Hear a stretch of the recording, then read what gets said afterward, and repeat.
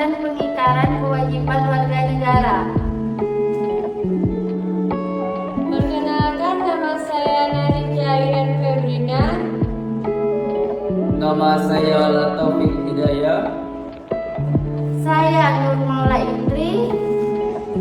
Saya Randy. Saya Seli.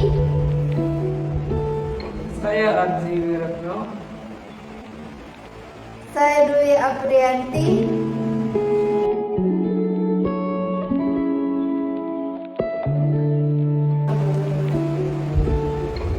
Pertama-tama saya akan menyampaikan tentang makna hak dan kewajiban warga negara.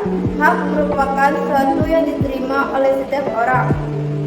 Dalam diri setiap orang melekat hak asasi manusia dan hak warga negara. Hak asasi manusia bersifat universal tanpa batasan suatu kewarganegaraan, sedangkan hak warga negara dibatasi oleh status kewarganegaraan. Kewajiban secara sederhana diartikan sebagai segala sesuatu yang dilaksanakan dengan penuh tanggung jawab.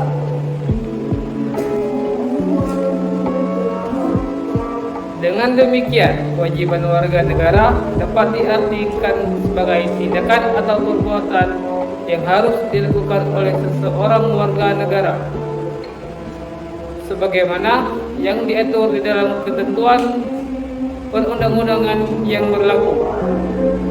Hak dan kewajiban warga negara merupakan dua hal yang saling berhubungan. Keduanya memiliki hubungan kausalitas atau hubungan sebab akibat. Seorang warga negara mendapatkan haknya dikarenakan telah melakukan kewajiban yang menjadi tanggung jawabnya.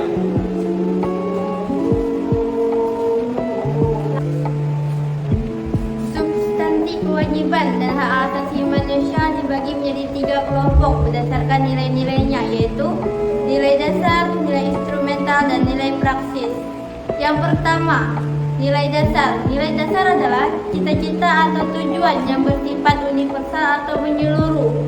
Nilai-nilai dasar dalam Pancasila berikut meliputi nilai ketuhanan, kemanusiaan, persatuan, kerakyatan, dan keadilan. Kedua, nilai instrumental. Nilai instrumental berarti nilai-nilai turunan dari nilai dasar yang dituangkan dalam berbagai ketentuan konstitusional, baik dalam Undang-Undang Dasar Negara Republik Indonesia tahun 1945, Undang-Undang, Peraturan Pemerintah, Keputusan Presiden, maupun Peraturan Daerah.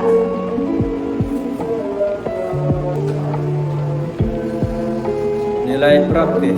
Nilai praktis adalah nilai yang sering didapatkan dalam kehidupan sehari-hari. Kendati begitu, nilai praktis dari Pancasila selalu berubah-ubah diiringi dengan perkembangan zaman dan juga perkembangan dari nilai-nilai instrumental yang menjadi dasarnya.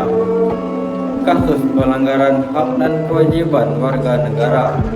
Yang pertama, saat ini tingkat kemiskinan dan tingkat pengangguran di negara kita masih cukup tinggi. Padahal pasal 27 ayat 2 Undang-Undang Dasar Negara Republik Indonesia tahun 1945 telah mengamanatkan bahwa tiap-tiap warga negara berhak atas pekerjaan dan penghidupan yang layak bagi kemanusiaan. Yang kedua, makin merombaknya kasus pelanggaran hak asasi manusia seperti kasus pembunuhan, pencurian, pemerkosaan, kerusakan dalam rumah tangga, dan sebagainya. Padahal pasal 28A sampai dengan pasal 28J telah menjamin hak asasi manusia.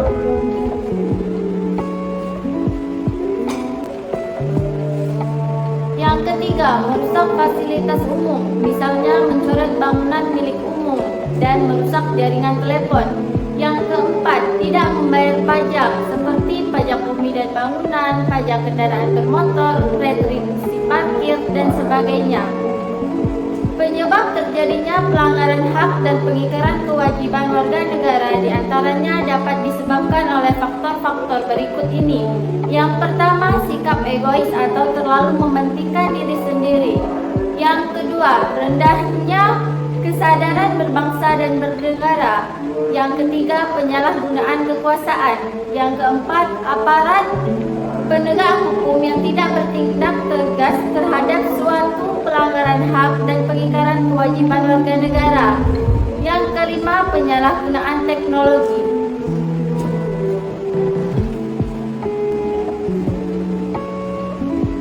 Baiklah, jadi di sini saya akan menyampaikan poin yang terakhir, yaitu tentang penanganan pelanggaran hak dan pengingkaran kewajiban warga negara.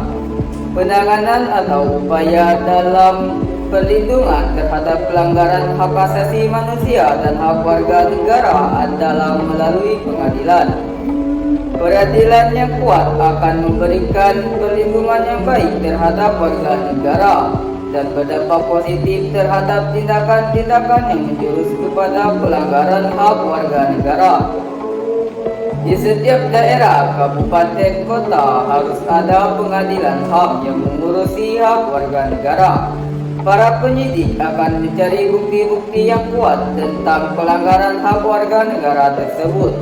Hal tersebut sesuai dengan Undang-Undang Nomor 26 Tahun 2000 tentang Pengadilan Hak Asasi Manusia.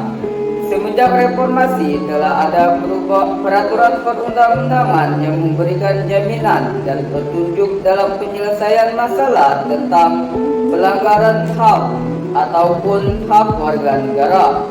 Di antaranya Undang-Undang Nomor 39 Tahun 1999 tentang Hak Asasi Manusia, Undang-Undang Nomor 26 Tahun 2000 tentang Pengadilan Hak Asasi Manusia, dan Undang-Undang Nomor 9 Tahun 1998 tentang kemerdekaan menyampaikan pendapat di muka umum. Selain upaya terhadap pelanggaran hak warga negara, pengingkaran terhadap kewajiban pun tidak bisa dilewati begitu saja, harus segera diatasi.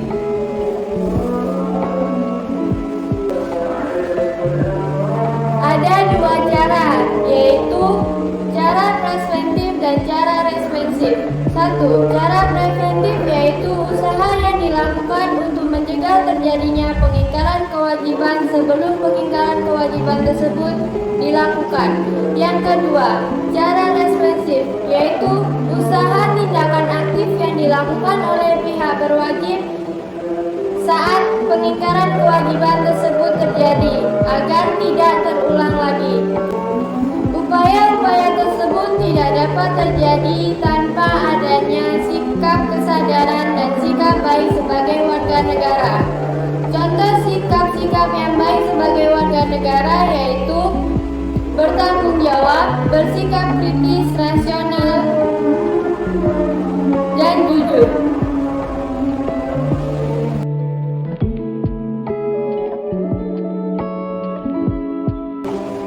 Sekian presentasi dari kelompok kami. Akhir kata kami ucapkan terima kasih.